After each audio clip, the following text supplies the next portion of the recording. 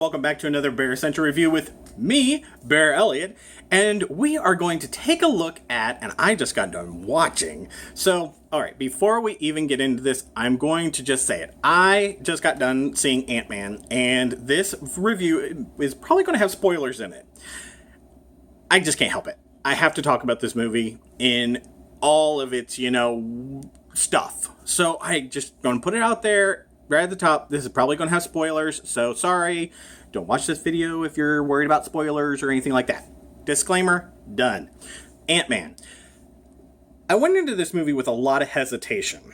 Ant-Man is not the most popular, well-known, in fact, unless you're a Marvel nerd, geek, whatever we're calling ourselves these days, you probably don't know a lot about Hank Pym or that he was one of the original Avengers that set up the whole Avengers.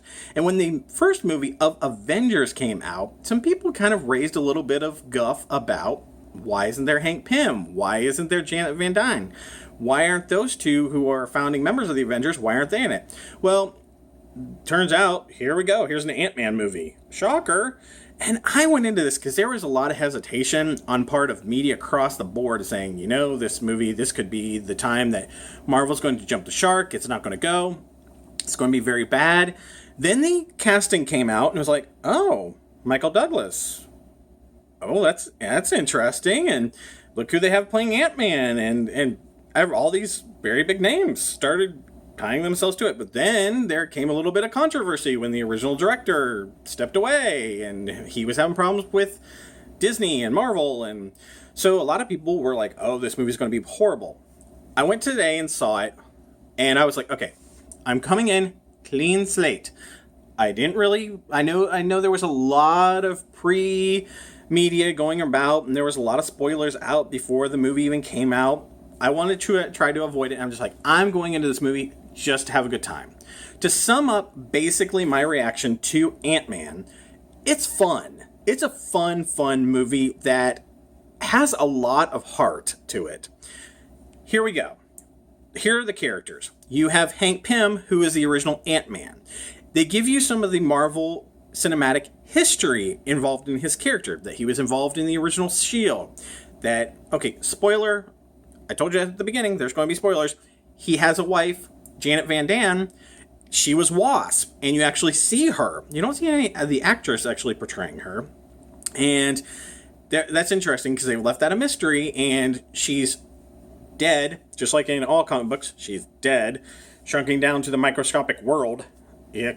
But hey, it takes place in a time and age that we've never seen in the cinematic universe, which is the Cold War. And how she went out is very similar to how Bucky went out in the comic book series. But you have Hank Pym. He creates Pym particles. That's the ability to shrink down. He also creates the ability for him and other people that are Ant-Man to communicate with ants. He has a daughter with Janet Van Dyne.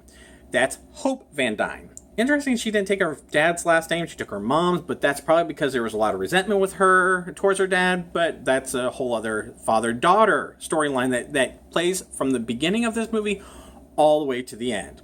So you have these two characters, and Hope is interesting because she does have a Marvel background to her, but in an alternate universe. So, I don't know, there was a scene in there where she did show a glimmer of not being fully mentally stable, and she has that ability to possibly become a villain. Because that's the interesting thing, that there really hasn't been an Ant-Man villain. Batman always has Joker. Captain America always has Red Skull. Thor always has Loki. So usually there's an alternate to the superhero. Ant-Man, not so much, because he basically was always tied with the Avenger. His arch nemesis are Avengers ones. So that's interesting that, okay, they need a villain, so let's take one of Hank's other characters, because Hank played a lot of different characters in the Marvel Universe. One of those was Yellow Jacket.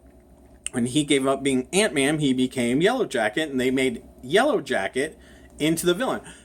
I think it's kind of neat. And the actual look to Yellow Jacket, he's creepy, and the guy is very mentally unstable. Just a little side note, that bald guy, he's hot. I've seen him in a couple other things. He's just hot. Ooh, I like my dark man. Oh, I like the dark and brooding. He was cute. Total side note. So, that introduced our third character of Yellow Jacket. Now, he is like the prodigy to Hank Pym's character, and he's trying to develop his own Pym particles, and he has ties to Hydra. Look, Marvel Cinematic Universe. This movie is so tied into the cinematic universe. It's amazing. Okay, so there's our three characters. These three are tied together. Hope works for Yellow Jacket, and she's the daughter of Hank Pym, the original Ant-Man. Okay, in comes Scott Lang. Scott Lang was the second person to actually put on the Ant-Man costume. He also has a long history, not as long as Hank, but he has a long Marvel history with him. His daughter's Cassie, and Cassie actually is a very big character in the Marvel Universe too. So you have a father who he was sent to prison, and he was sent there kind of like a Robin Hood-esque, because he was stealing money that was stolen from the poor and giving it back to those poor people. So he is a genuine good guy, but he's got a little bit of a quirk to him because he is a cat burglar. That's interesting.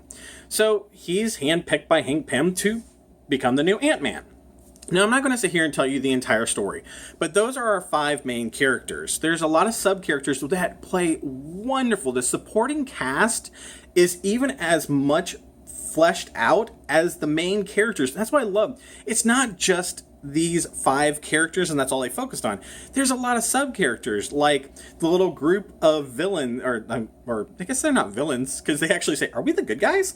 They're professional criminals, and they support Scott, and they're helping him out, which is helping out Hank.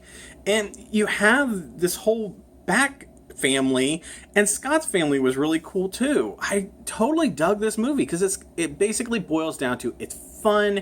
It's got a heart to it. You can see why Scott's doing this. You can see why Hank's doing this, and it's all for the love of their daughters. And that's a great thing. I thought that it came away from that movie feeling, wow, there's warm fuzzies with this movie, with action adventure to it, lighthearted comedy. If you're looking for just a good movie that you don't really need to go in with a lot of Marvel baggage, you have it right here in this movie. I think you should go see it. It's fun, and I think it's going to do really well. It showed a lot of ties to the other Marvel Universe's movies. It showed you do have a great scene with Falcon and Ant-Man. You see the tie-ins to the Civil War, so definitely stick through all the way to the end credits, because there is a mid-credit scene, which that was great. I really dug that. You definitely got the feel that they could do an Ant-Man 2, which they go and rescue Janet. That would be neat. Because then you have this whole subatomic world to it, and it was just a great movie. So, okay, I've been babbling on for almost 9 minutes now. Go see this movie. Go see Ant-Man. Enjoy it. Just embrace it. It's a lot of fun. Don't go in with any like preconceived notion that this is the next Captain America. It's not a hardcore movie. It's just fun. It's somewhere in between Iron Man and Guardians of the Galaxy when it comes to humor, so it fits warmly in between those two spots, and I think you'll really dig it. So out of all my Barry Central reviews, I always like to give a review out of my 5 paws.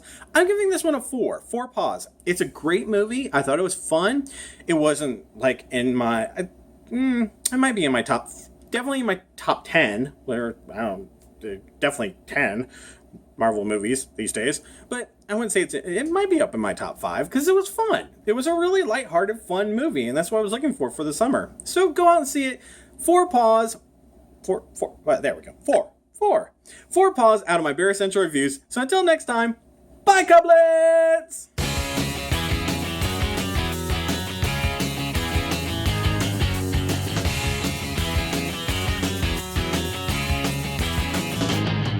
I could go out in the darkness, see you calling my name. I hear you shouting, hear you calling, but it's not the same. Every word that you are throwing right into my back doesn't matter to me, cause I'm keeping my track. Let me go, let me go.